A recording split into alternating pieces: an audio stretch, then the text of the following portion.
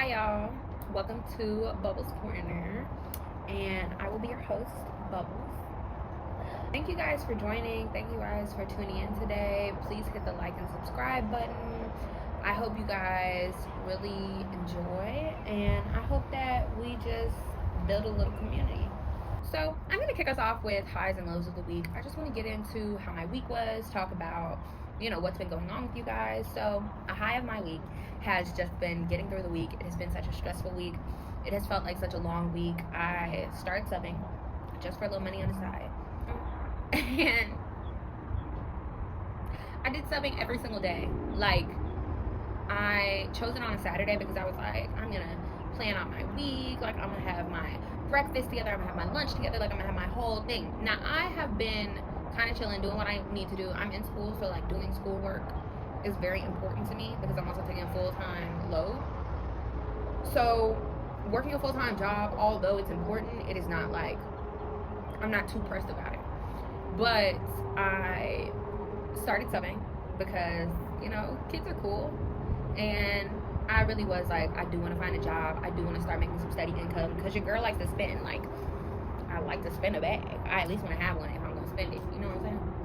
So I started subbing, and I chose an assignment for every single day of the week. So Monday through Friday, I was like, I'm going to sub somewhere and we're going to get this money. Don't be like me. Because whilst doing that, I had several projects that I needed to get done for class. As well as I was trying to like be in the gym, as well as trying to have some sort of social life. It's just too much. I was burning myself out so much this week. So I am proud of the fact that I got through the week. I didn't crash and burn, which I was very proud of. And just being able to get things done and do things and not allow my emotions to deter me is very important to me. A low of the week, it was just a long week. It felt forever, and I know that another long week is coming, and it worries me. It scares me a little bit, and looking towards the future is very much like, what's going on? Who's at the control board? Like, what's happening? And so that's my highs and lows of the week. I want to get into just how my week has been, like a story from the week. Yet again, still in school. My professors, we have very small class sizes. Let me back up. We have very small class sizes. The most that I've had in class was 10 people, and the class ended up being like 5 people left. So yet again, small class sizes, very niche program. I really enjoy the program, but very niche. So it's only got about 20 people in the whole program, 5 professors in the whole program that are dedicated to this program. So let's keep that in mind. So my professor that I have for one of my earlier in the week classes, actually the first class that I have of the week, and doesn't ask the question to get the answer that it wants. Right? So let's say the question was, what color is the sky? Your response, logically, maybe the sky is blue. Response, that's not the answer that I was looking for. Then why did you ask me, what color is the sky? What you were looking for was, well, the light reflects off the water, and the water is blue, so the sky is blue. Something in there. I'm not a science major. It's not science. It's not my thing. But something in that realm of that's what you wanted. Like, you were looking for something specific, but because you don't know how to ask the question that you want, it's kind of like your answer is right here in the center. The answer that you want is right here in the center. But because your question is so broad, I'm picking every other place.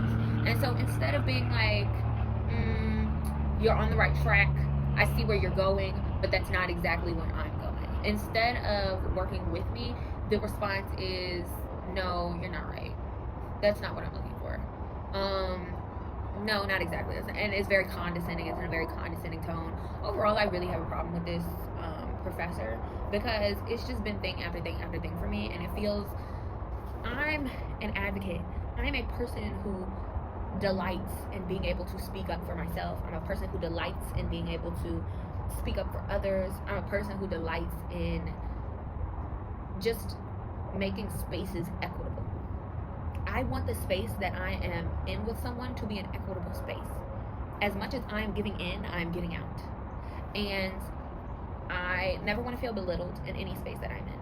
because the truth is, I am supposed to be in every single space that I'm allowed in because God has opened that door for me. So because I am here, I'm supposed to be here. And until he says, you're not supposed to be here, I'm going to be here. He wouldn't have opened the door if he didn't want me there. And for those who are like, oh, well, people get into bad things. Yes, because there is temptation everywhere. But that doesn't mean that, like, the spaces that are for you are like, oh, I just stumbled upon it. Like, no. If your plan or your path was predestined, then I'm already where I'm supposed to be. I'm doing what I'm supposed to do. So I never ever feel like someone ever can tell me like, oh girl, you can't do that. Can't do what? Can't do what? Can't do what? Can't do what? Can't do what? What can I do? Who are you? God. And so this professor, I just feel like it's just been thing after thing. First off, whenever we were saying our names, the professor was like, there was a student in the class and their name was let's use I'm trying to use very general terms, so y'all ain't come find me. But there was a student in the class, and let's say their name was Destiny, right? But instead of spelling Destiny the way that you usually spell Destiny, let's say they put an IE at the end of their name instead of a Y, right? So, and the reason that I'm giving you these minute changes is because they are minute. My name, my real name, is a very common real name. Like, it's a very common name for one, girls, and then for two, just like, it's a common name in general. And they were like, oh, you spell it like this? Like, no, I didn't pop out my mama and say, oh, mama, spell my name like this. Like, girl, she decided that. If you have a problem with my name, take it up with her. But why are you over here asking me, like, oh, you spell your name like this? Baby, I don't get to choose. I didn't get to choose. I truthfully, now there's a few people who have chosen their name, which is great, which is cool. But me personally, I like the name that I was given at birth. It's the name that I always use. Like, although I'm switching it up for this platform, it's the name that I always use. People always refer to me as that name. Like, I don't understand why it's such a problem. But anyway, back to the example of Destiny. So the professor was like, your name's Destiny? But with an IE at the end? You know, I may pronounce it wrong because I have XYZ condition. Just insert any condition. When I tell you, all the conditions were listed while we were all listing our names. Old girl says, oh, my name is Destiny, spelled with IE at the end. And you over here tweaking, because the person asked you to say their name correctly. And you actually asked us for the pronunciation and spellings of our names. Then once we have answered you, your response is, I will probably say that name wrong because of XYZ condition. Girl, I don't care if God told you the wrong pronunciation of my name. I told you the right one. Why is it so difficult for you to say, wow, that's an interesting way to spell your name. I've never seen that spelling before. You learn something new every day. Or you could have said nothing. Or here's the third option. I may in the future mess up your name. I'm so sorry if I do. But that may be what happens. Instead of blaming it on your conditions or on like, and not to say that these conditions aren't real, because I truthfully do think they are. I just think sometimes we use things as a crutch when it's like, girl, if you got to know me, you would see that I'm a Destiny. Like, Destiny's my name. It doesn't matter how it's spelled. It's my name. Once you know me, once you look at my face, you'll say Destiny. Like, once you get to know me in this whole several months time period, you'll get to know that my name is spelled with an IE, just because that's how I spell Destiny. So instead of trying to, it just felt very like, oh, what can you do? No, you can do better. You can do better. I promise you can do better. I promise. No questions, no worries. I promise you can do better. You can do better. And you don't even have to give me all your conditions. I don't have to know the ins and outs of your life. You can just do better. There was that problem. Then there was this other issue where it was just like, every time we would answer the question thing that I was explaining earlier, like, it's just thing after thing. And then we also found out that there's a professor that, like, really, I'm going to say the professor played in my face. I feel played. I felt like there was really not anything I could do post the situation, but nonetheless, I felt played. And so they are besties for the resties. I'm trying not to give too much identifying information, but they are besties for the resties. And so in that, it was very frustrating because it was like, this is your bestie who gave me hell last semester, and now you over here trying to raise Hades for this semester, and you trying to wrap the whole thing. And it's like, we have 20 students in this department. And I'm a graduate student. I'm not an undergrad. I'm a graduate student. Very niche department. There's only a specific group of people that do what we do. And it's like, why are you consistently hindering us from just getting information? This degree feels very preliminary to me, and when I say that with privilege, and I do not underestimate the privilege that I have while saying that this degree is very preliminary to me, because I want to do international work. I don't want to stay here. I want to go do something somewhere else, and I want to go contribute to societies elsewhere. And it interests me whenever I saw it on like the list of things. And I'm explaining this to someone else, and the reason that I'm like explaining all of this the way that I'm explaining it is because the way I explained it to someone else, they were like, wow, I couldn't ever go to school and just get a degree to get a degree. And I was like, I'm not getting a degree to get a degree. It's going to be used. I'm not just getting a degree to get a degree. It is going to be used. This degree will be used. This piece of paper was bought and paid for by me. It will be used. Trust and believe that.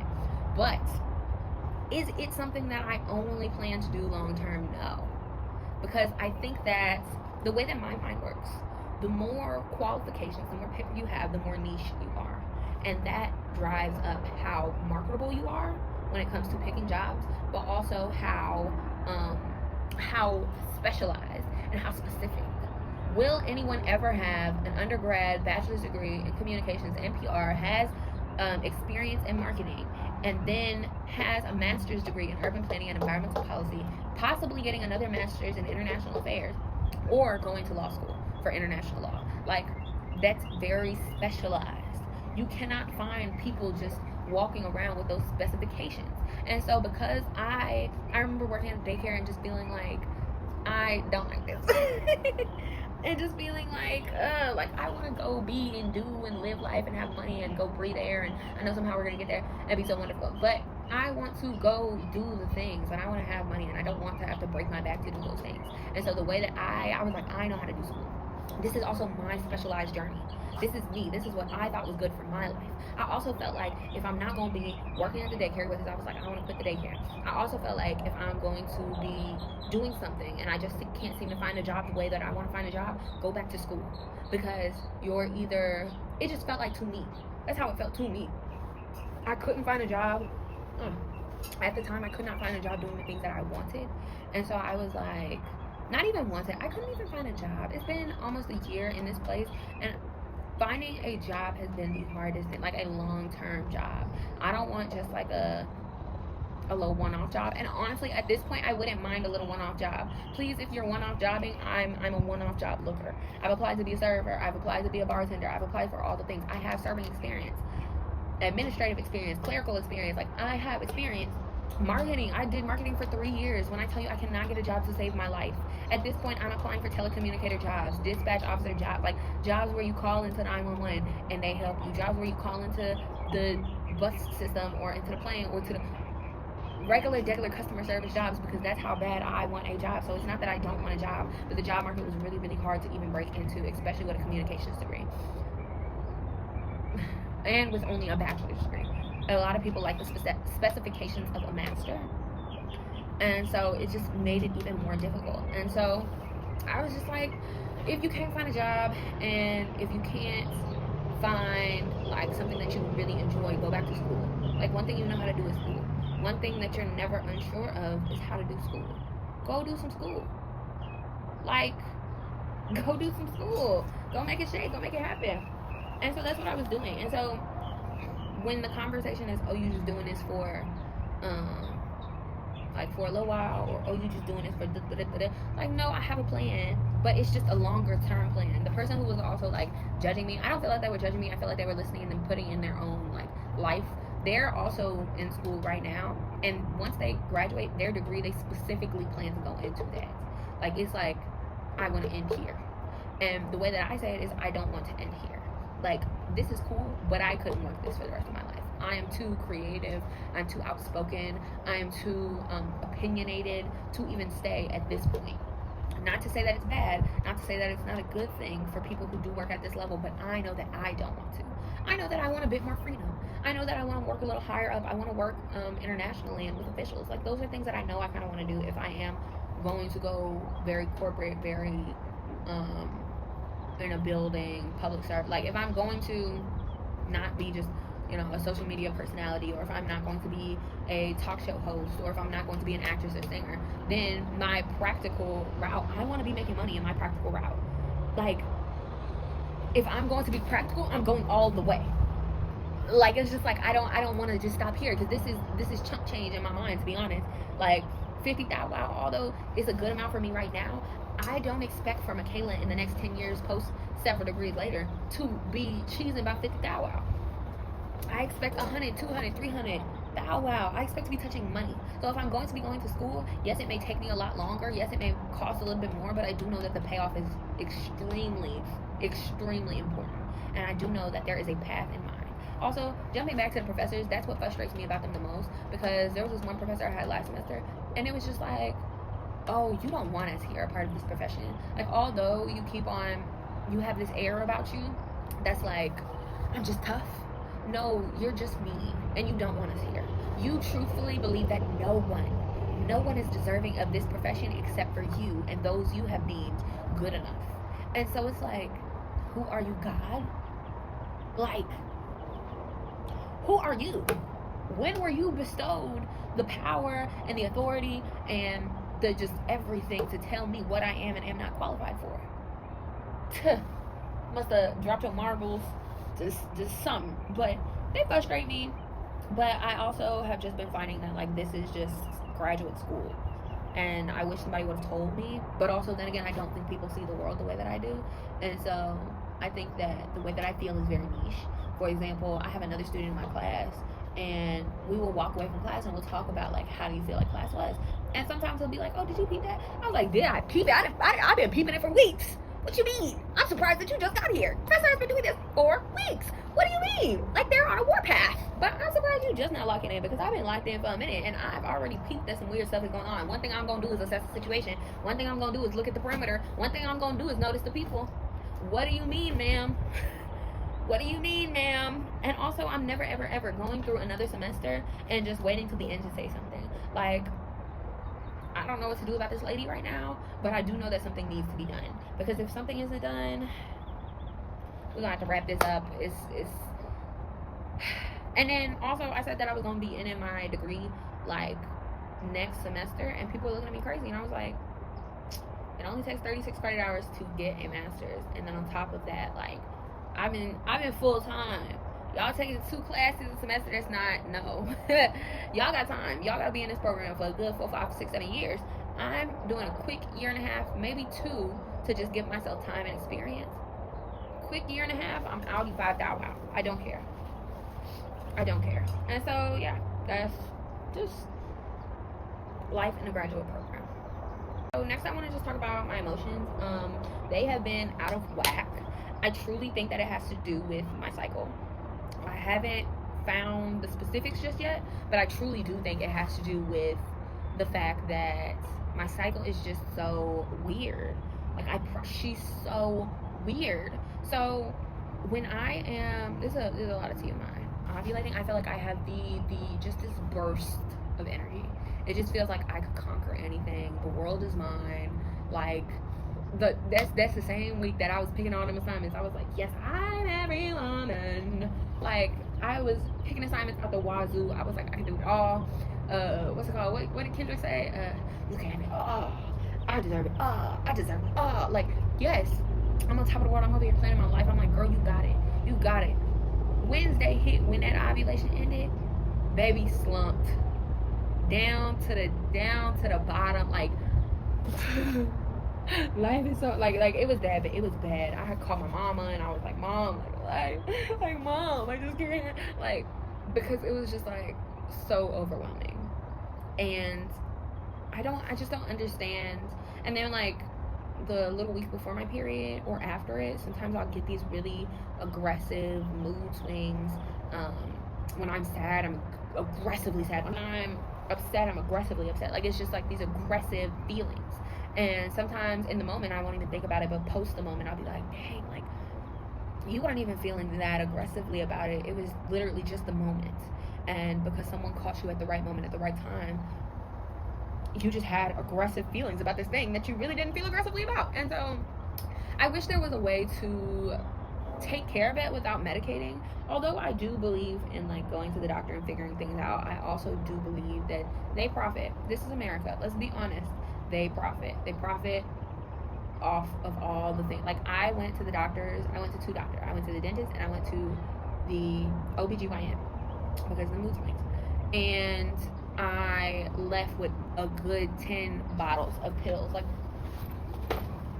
right now I have 1, 2, 3, 4 bottles in my purse. I have a good 4 bottles at home, and the 2 bottles can't be even used. I need every pill known to man. Am I that fucked up? Like, do we need to get me in a surgery and just restart? Like, take everything out, tell it to restart? Like, it's just like, what's going on? What's going on? But yeah, and also, like, whenever I did my blood test, I really thought either when I had PCOS because of the mood swings and just the weight, but whenever I looked at the results, it really didn't seem like I had it. It seemed like a few things were affected by smoking, by weed, which isn't a bad thing, but you know, I understand why it's affected. And then the other thing was like, oh girl, like, this is just the problem that she was having. And I was like, oh, okay, cool. Like, but I'm like, I need every single pill known to man. And then them dentists, I got the dentist was on my side. I totally forgot that I live in America. Like, he's suggesting all these things. I'm like, yeah, you know what, you're right. Let me get this fixed. Feel like I wasted my money, my time, my experience, my everything. Like, and not to say that they didn't do a good job, but more to say, like, it just felt like, it feels like a luxury now. Like, it feels like being sick and not feeling well is such a luxury. And trying to find some sort of relief, sometimes you have to be really shady with it. Sometimes you have to look up remedies, and it's like, but I live here. But don't you want to take care of your constituents? Like, that's just what doesn't make sense to me, because it's like, although you are telling me about my teeth, are you just trying to upsell a product? And if I didn't get the product, would I be okay? Like, and I ask myself these questions now, post getting the product and the things done. But pre, I was like, oh my gosh, this sounds so helpful. Like, this sounds so, and it just I feel green. Like, I was listening to Gorgeous Doll's, like, story time, and she was like, I was so green. And that's how I feel currently. That's how I feel about sometimes people. That's how I feel about just the outside world. And it just feels like, dang, like, I wish I had a little more oomph. Like, I wish I had a little more style, a little more, she knows what's going on. It's like, she knows what's going on, and she's not getting played by what's happening on the outside. So yeah, that's so how am I feeling? I'm feeling good. I'm excited for the week. Midterms is next week, so I'm not too excited for that, but I am excited to find some sort of balance. I really want to go to the rodeo, and I think I'm going to go before spring break because I'm supposed to leave on spring break. My cousins and I, we talked about going to the rodeo. I'm going to talk about it more later. It's a whole thing. So yeah, I am excited for the upcoming week because I always feel like new weeks hold new things. I'm hoping to be more consistent in the gym. I feel like a lot of time has passed me and I just haven't found that consistency, and I really need to, and I really just need to lock in. And so consistency is the word of the month. I'm hoping to put out weekly videos, stay on top of social media, be very vigilant and well aware of what's going on, and just growing. So yeah, I'm very excited for the upcoming week. What next thing that we're going to talk about, what's happening in the world this week. What isn't happening in the world this week? Because it just feels like, as Americans, so much is going on, so much is happening constantly. Just constantly stuff is being thrown at you, and I forget regularly that this man has only been in office for a few weeks, or not even a few weeks, but for a month and some change. Like, he hasn't even been in office for that long, and he came in deep, like, he was like, this is my house, we came to see me, and, you know, pop off, I guess. So a really big thing that's happening, tying back to my profession, the president is shutting down a lot of data collection websites, a lot of primary data. And although we as a society, we're like, so when is Popeyes dropping with Hennessy? Popeyes should have collabed with Hennessy, and they should have gave liquor to them. But anyways, so I know people don't really care, but it does affect you. And my professor explained it really well, and she was just like, that primary, so the assumption was that when the census gathers data, because they're publicly owned, they're owned by the public, by the government, because the census it's supposed to be nonpartisan, because if 5 people live in a house, then all you're supposed to put is 5 people live in a house. That's all the job of the census is supposed to do. And so that is very primary data. That is, someone went to XYZ house, someone took a letter and said, hey, fill this out for me. And it's from the source. There's no, oh, well, I think 5 people are living in that house because I see 5 cars. No, I gave them something for them to check off whether or not there are 5 people in the house. And they told me that there are 5 people in the house. Okay? So it's very primary data. This is very much nonpartisan. This is very much basic data that you need. And so shutting down these websites, it takes away information from the American people. The more uninformed that you are, the easier it is to manipulate you. Let's take this out of politics. Let's take it to relationships.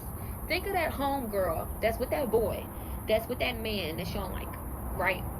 Sometimes he either cheats on her. I know a girl who getting cheated on left and right, but every time his birthday come around, Pookie Bear, I love you so much. I know a girl getting beat on left and right.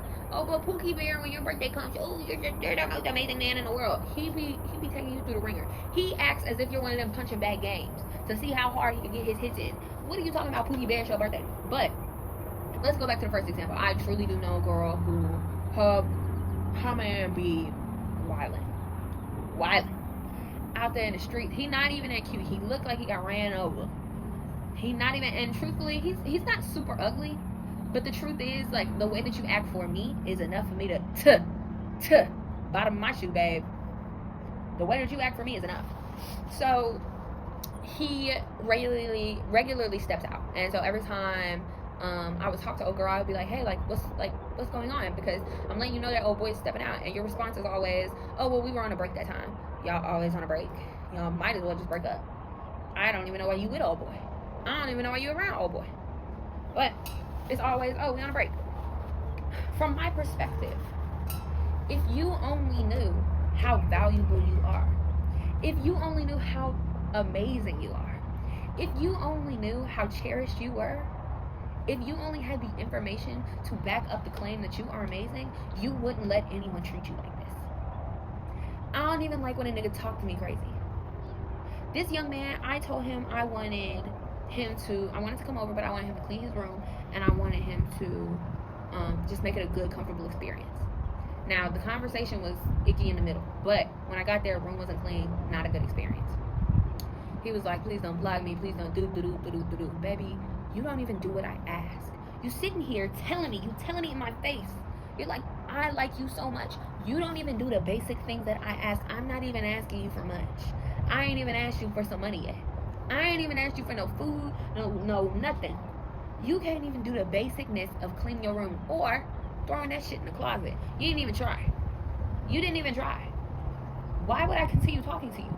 You keep yelling in my face about how much you like me. You're a liar. I know how amazing I am because I know how down I am. I know how cool I am. I know how forgiving I am. This is the first link. This is the first time we done linked up, pimp. Are you not trying to make a good impression? Like, is it not important to you to look good and present yourself as something that should be kept around? You don't like me. And I'm sitting over here trying to convince myself otherwise. And the truth is, you don't like me because you're sitting over here, oh, I like you, I like you, I like you. Then do the things that I ask. And I'm not even asking you for nothing crazy. I'm not asking you to anything. I'm not asking you to buy nothing. I'm not asking you to, I simply ask you to clean your room. Keep it clean. Because the reason that I said clean is because when we first had a conversation, you were like, I'm a little messy. I said, cool, clean it before I get there. And I know it's going to be clean. The young man was like, it's going to be as clean as it can be. And I was like, no, nigga, it will be clean. I have told you that it will be clean. There is no negotiation. There is no, oh, I'm cool with whatever. No, it will be clean. Or you will not be seeing me again. You talking about, oh, baby, it will be clean, or you will not be seeing me again. I don't understand what's not clicking for you, Steven, but I'll help it click. You will not see me again if you keep lying. Anyway, the point is, primary data is very important. If you know your worth, then you will not let anybody treat you less than. The American people are people that hold this system up. Without us, there is no them. He has no job if we don't let him have one. Do understand your power. Do research. And don't just because you found a CNN article and it affirms what you were already thinking, don't just go with that. Because you found a Fox News article and it affirms what you were already thinking, don't just go with that. Because you found an AP article and it affirms what you were already thinking, don't just go with that. Go to the primary sources. Find you some primary sources. Find you some good data. If you can find a video of Trump saying it, that's a primary source. You can literally look at him. And not them AI ones. Like actually going back and doing the research on where this came. Oh, a White House correspondent was in there and he said this. Okay. Now you have a video, you have who took it, you know where it came from, you can truthfully verify. And I know it's a lot of work. I know it's frustrating. I know that it's frustrating to think that like you have to sit down and verify even more the information that you barely believe to be true. I know it is a lot of work to do that. But the alternative is living in a society where you're being lied to. The alternative is being in a place where the people don't even know their power. You are powerful. You have a lot of power in this system, and he's so upset with that. You don't just have to take things because someone said you have to take things. You have the power to look things up. That phone, that laptop, all of these things, they all give you the access and the power to make sure that you are well informed. Be well informed. Have conversations. Turn to the person next to you and just be like, how do you feel about XYZ?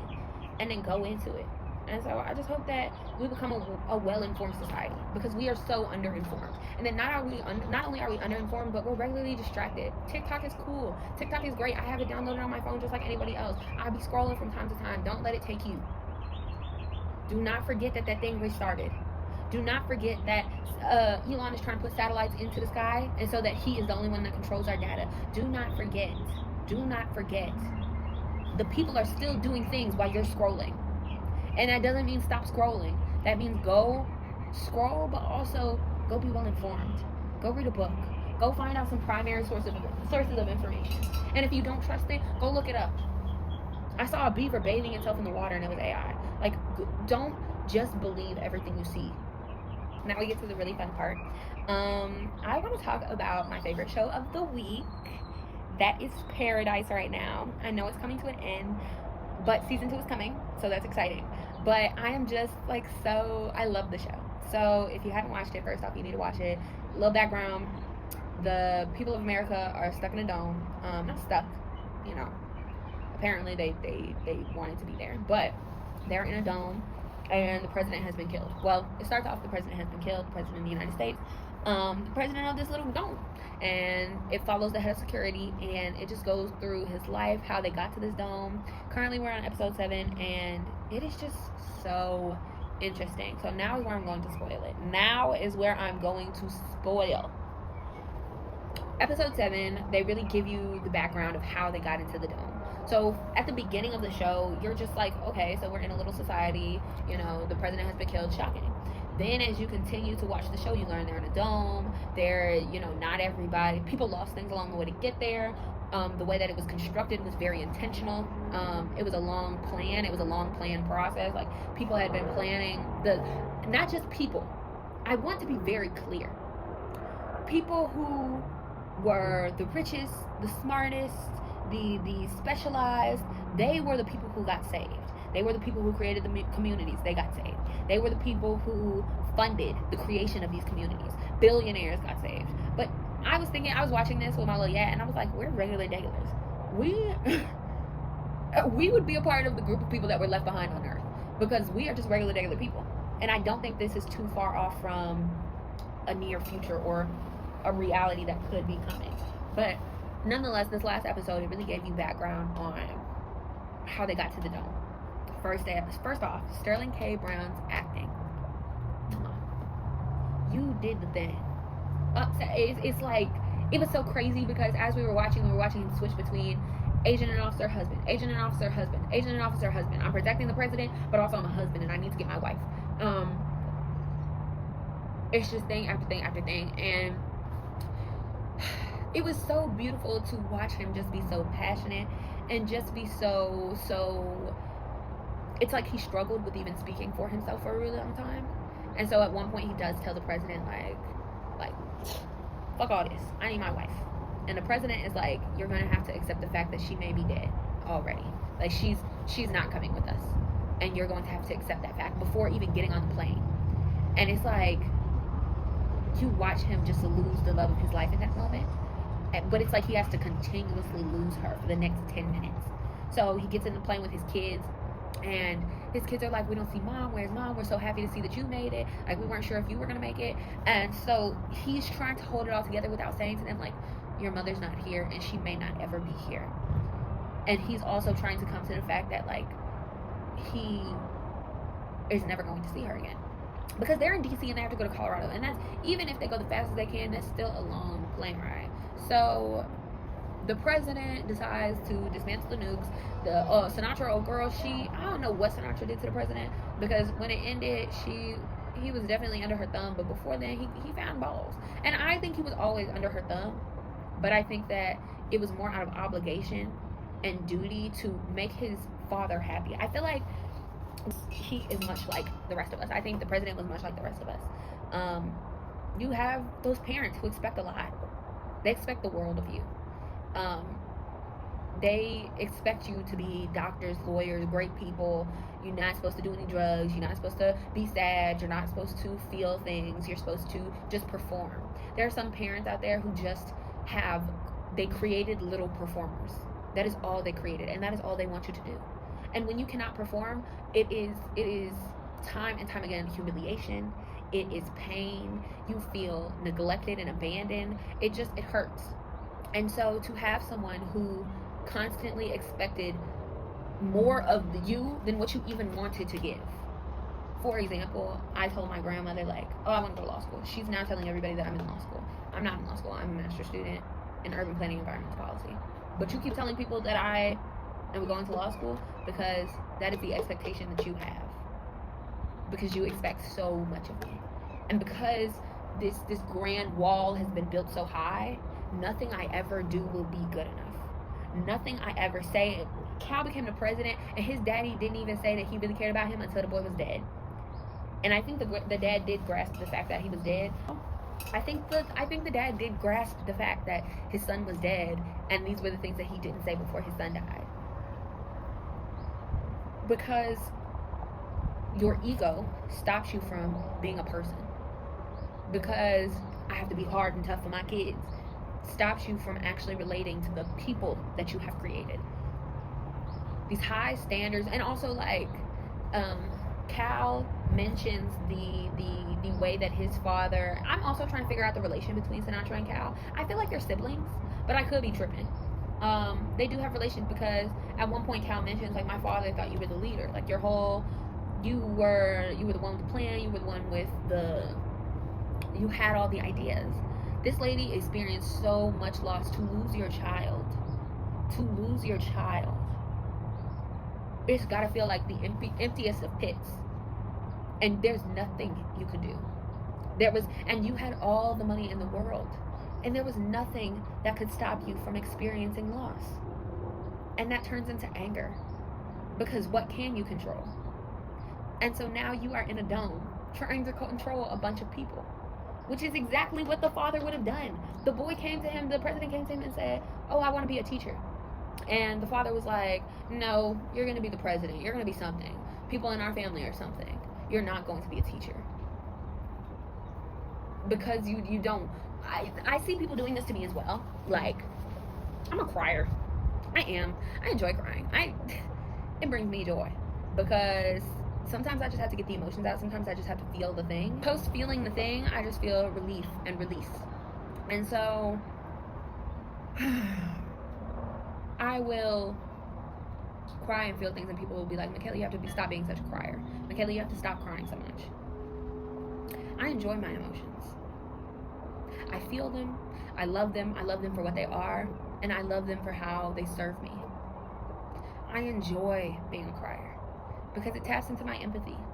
It taps into my heart. I'm a lover. I'm a crier. I'm a person who feels the things. It's a lot of feelings. And I just feel like I don't ever want to lose that. I don't ever want to lose my own personal joy, my own personal emotions, all to be a part of a system for an accolade, all to be a part of a system for a paycheck, all to be a part of a system. Like, the only reason that you pushing Cal so hard to do this is because you want him to have these accolades behind a name that you don't get to control. Your whole point is control. That is all these people want. That's all these people have. And so the grandpappy, I want to know who killed the president. Someone said that the lady from the White House, whenever she was looking at the president, she was just like, take Edward with y'all. Like, I don't care about myself. Take my child with you. And they damn near, like, they pretty much did everything to not help her. And people felt betrayed. And so, like, after watching that episode, I got why Sinatra was working so double time, was working so hard to not get out of the dome. Because you can't. Literally, y'all leave that dome, they're going to kill you. Right, why would you leave us in the outside world where all these natural disasters are happening, cut off all communication to fend for ourselves and not leave any resources, nothing? And then you kill people who, like, tried to help and find us. And then to hear that they were all building societies together, like, that's how I see the world. We could be unified, but it takes for us to be in squalor for us to be unified. I also wonder if Sterling K. Brown's wife, can't remember his character's name, but I wonder if his wife has moved on. Like, all the, now, I think that recording was AI. When I watched it, I said that recording was AI. Because why would you get some sort of communicator that communicates to the world above or someone else elsewhere in the world, and you get, let's say you get a minute to say your little speech, right? You have been living in squalor with other people, like, y'all have built a society and built life and come together. Why would you say, I'm looking for my husband Xavier, if you find him, tell him I love him? Girl, what? Y'all don't have no clean water. I get it, you looking for your kids and your husband. Everyone else is telling coordinates. Everyone else is being like, oh, we're in South Dakota and we found a little camp. We found a little camp in Ohio. We found a little camp in... You'd have done all these things, but you think that when she get the phone, she gonna say, oh yeah, Xavier, I love you. Oh yeah, his name's not Xavier, it's like Xavier or something like that. Is the writer white? Because why isn't his name Xavier? Nonetheless, I was just like, that just doesn't feel like the message that you would give. Like, this doesn't feel real. I also know Sinatra's a liar. You're a liar. You're a big ass liar, bitch. Come on now. I don't believe nothing you're saying. I'm gonna shoot you. I done already lost my wife. Go to the top. I don't care. Yeah. So yeah, Paradise, great show. I think everybody should watch it. I think we should all be caught up so that when the next episode comes out, we can all have commentary and conversation about it, and we can all be locked in. Thank you. So we're just gonna close out with upcoming week. My upcoming week is midterms, and then I'm going to see my mom and my dog. I'm so excited, and my sister. So excited to sub or not to sub. Don't know if I'm gonna do it this week. It drained a lot out of me last week, and I just wasn't able to be myself. But I may do a few days, just like a day here or there, just for consistency. Then the rodeo is here. The rodeo's here, and I want to go so bad. I'm so excited. I want to go. Don't have a lot of money though, but I want to look cute. I want to go. I want to drink. I tried to get my cousins to go. They want to go to the Bun B's concert. Cool. I don't know if I want to pay $100 to go see Bun B and 50 different random acts. Like a Don Toliver, Coco Jones, and like the Isley Brothers. Like, it's like, it's like, okay, we got the circus in here. I don't know if I want to pay $150 to go see him and not go ride on rides and drink and do carnival stuff. Like, I really want to go for the carnival, and that's really important to me. And I want to go be an adult and go be at the rodeo. And I want to go with friends, but I don't really have anybody to go with. So, oh my god, I might have somebody to go with. Let me ask her. She might want to go. Oh, did I find someone to go with? Okay. Also look out for more videos. I definitely want to do story, music videos, like story things, storyboards. So look out for that. I hope y'all really enjoy this episode, and thank you so much for tuning in. I had fun making this, and I found lots of comfortability just looking into the camera, and so I'm hoping to just grow even more. So bye.